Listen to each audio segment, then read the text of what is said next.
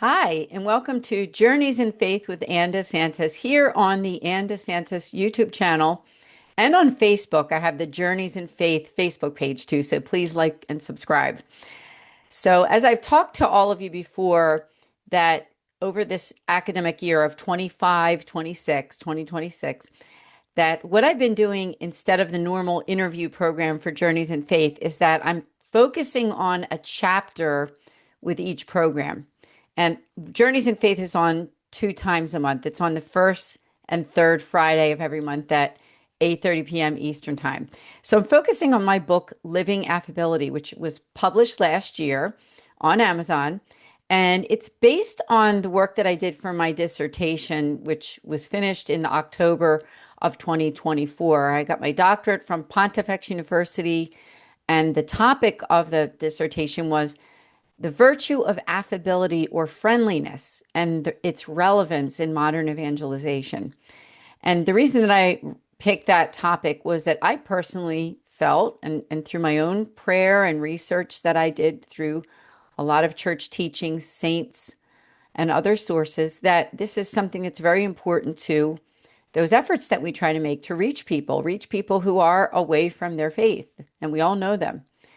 And we all care very much and want to do something about it. And I think that affability, which is our openness, the way that we approach other people, the way that we interact and react to others, is definitely a way that we can make a difference for the church and in the gospel message, right? That gospel message that we all need to hear. And so, what I'm doing with this podcast over this year is during those 2 podcasts a month is that I'm focusing on a chapter of the book each month. And so I'm already up to chapter 5 for this one. And for chapter 5, now for each chapter or day, what I do is I have a quote from either a pope or a saint or the catechism or the Bible or someone else in the church. And then I have a description, a call to action, and a prayer. So what I'm going to do is not read the entire thing, but read some of it and then just kind of discuss it with all of you who are watching, and maybe give you a little bit of homework and give myself some homework too. Okay, so we're up to chapter 5, and the quote from today for this one is from Thomas Merton. And the quote is, "Our job is to love others without stopping to inquire whether or not they are worthy." And I wanted to just give you just a little bio on Thomas Merton.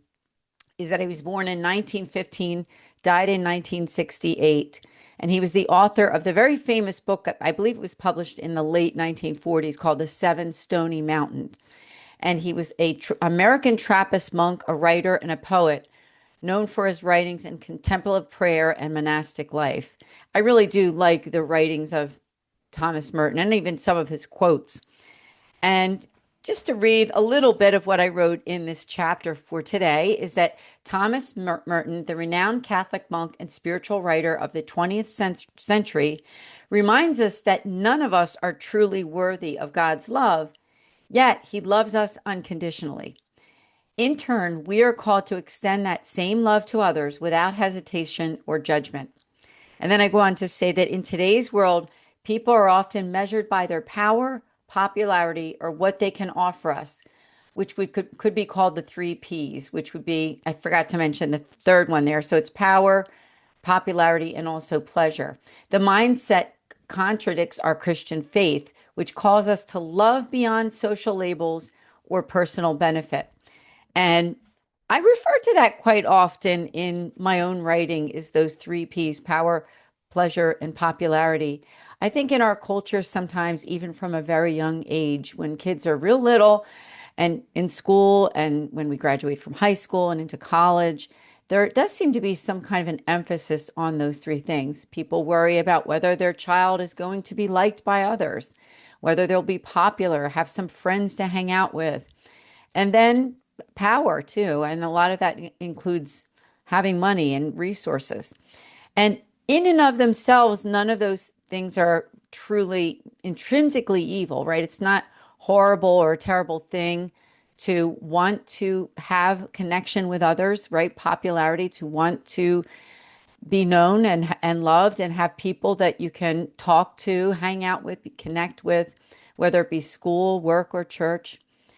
And then, of course, power, some having some kind of influence. It's not a bad thing to have resources to take care of ourselves, right? To be somewhat independent and also being able to help others with that power that we have. We have to always remember that God is the one with the true power in our lives. And we always need to remember that it's not about ourselves. And so, power, pleasure, that's another thing. Pleasure, it is not intrinsically evil to enjoy the pleasures, the God given pleasures of life, good food, good company, friendship. All of those can be good things. But it's when we have that distorted view of those three things, power, pleasure, and popularity, and wanting them for ourselves and wanting to be better than other people and not wanting to serve. And that's such a big part of affability is recognizing that God is calling all of us to love and serve Him and also to befriend others, especially those who are marginalized, especially those who don't feel part of the group, who don't feel like they have the support that they deserve. And so that's really at the heart of what my book is about, too, Living Affability. And so I just wanted to focus on that idea of worthiness. I think, first of all, we have to remember that we're worthy because we were created in the image and likeness of God. And that's what makes us worthy. We are all God's children. There's not a person that was created in this world that was not created by God. And that dignity is something that He gives to us as a gift, our own lives. And grace over merit, our worthiness, as I said, that comes from God. And we are redeemed through Christ, through the sacrifice, His sacrifice on the cross. And all of those things together, as I said, that we were created by God, grace over merit, and the redemption that we have in Christ. These are all reasons that make us worthy, that make us worthy with our Creator. But it also makes us worthy to go out there and reach out to God's children. That is really part of what we are all called to do. We are called to love and serve, and we are called to give ourselves. And just to continue what I wrote in this chapter, I say that affability plays a crucial role in the mission of love. Our actions and reactions should always reflect the openness of Christ's heart. True Christian love sees beyond division, race, religion, ethnicity, or gender, and instead embraces the dignity of every human being. And I give homework, in those chapters. We're up to chapter 5 again. And one of the homeworks that I gave for this one is to think about the people that you know in your own life. It could be somebody that's living in your own house, your spouse, your kids, your grandchildren, your neighbors, somebody in your neighborhood, your church, someone maybe who doesn't have friends or connections at church, someone at work. But just pray and meditate about that. Who are those people that you know, that I know, that need to know that they are cared about? And how can we show them that they are indeed worthy because of the love of God inside of them? And pray.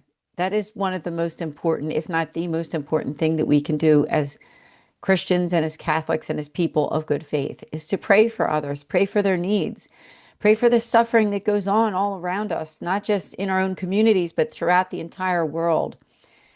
And I know that for me, one of my favorite times to pray is in the morning. When I get up in the morning, my mind is refreshed.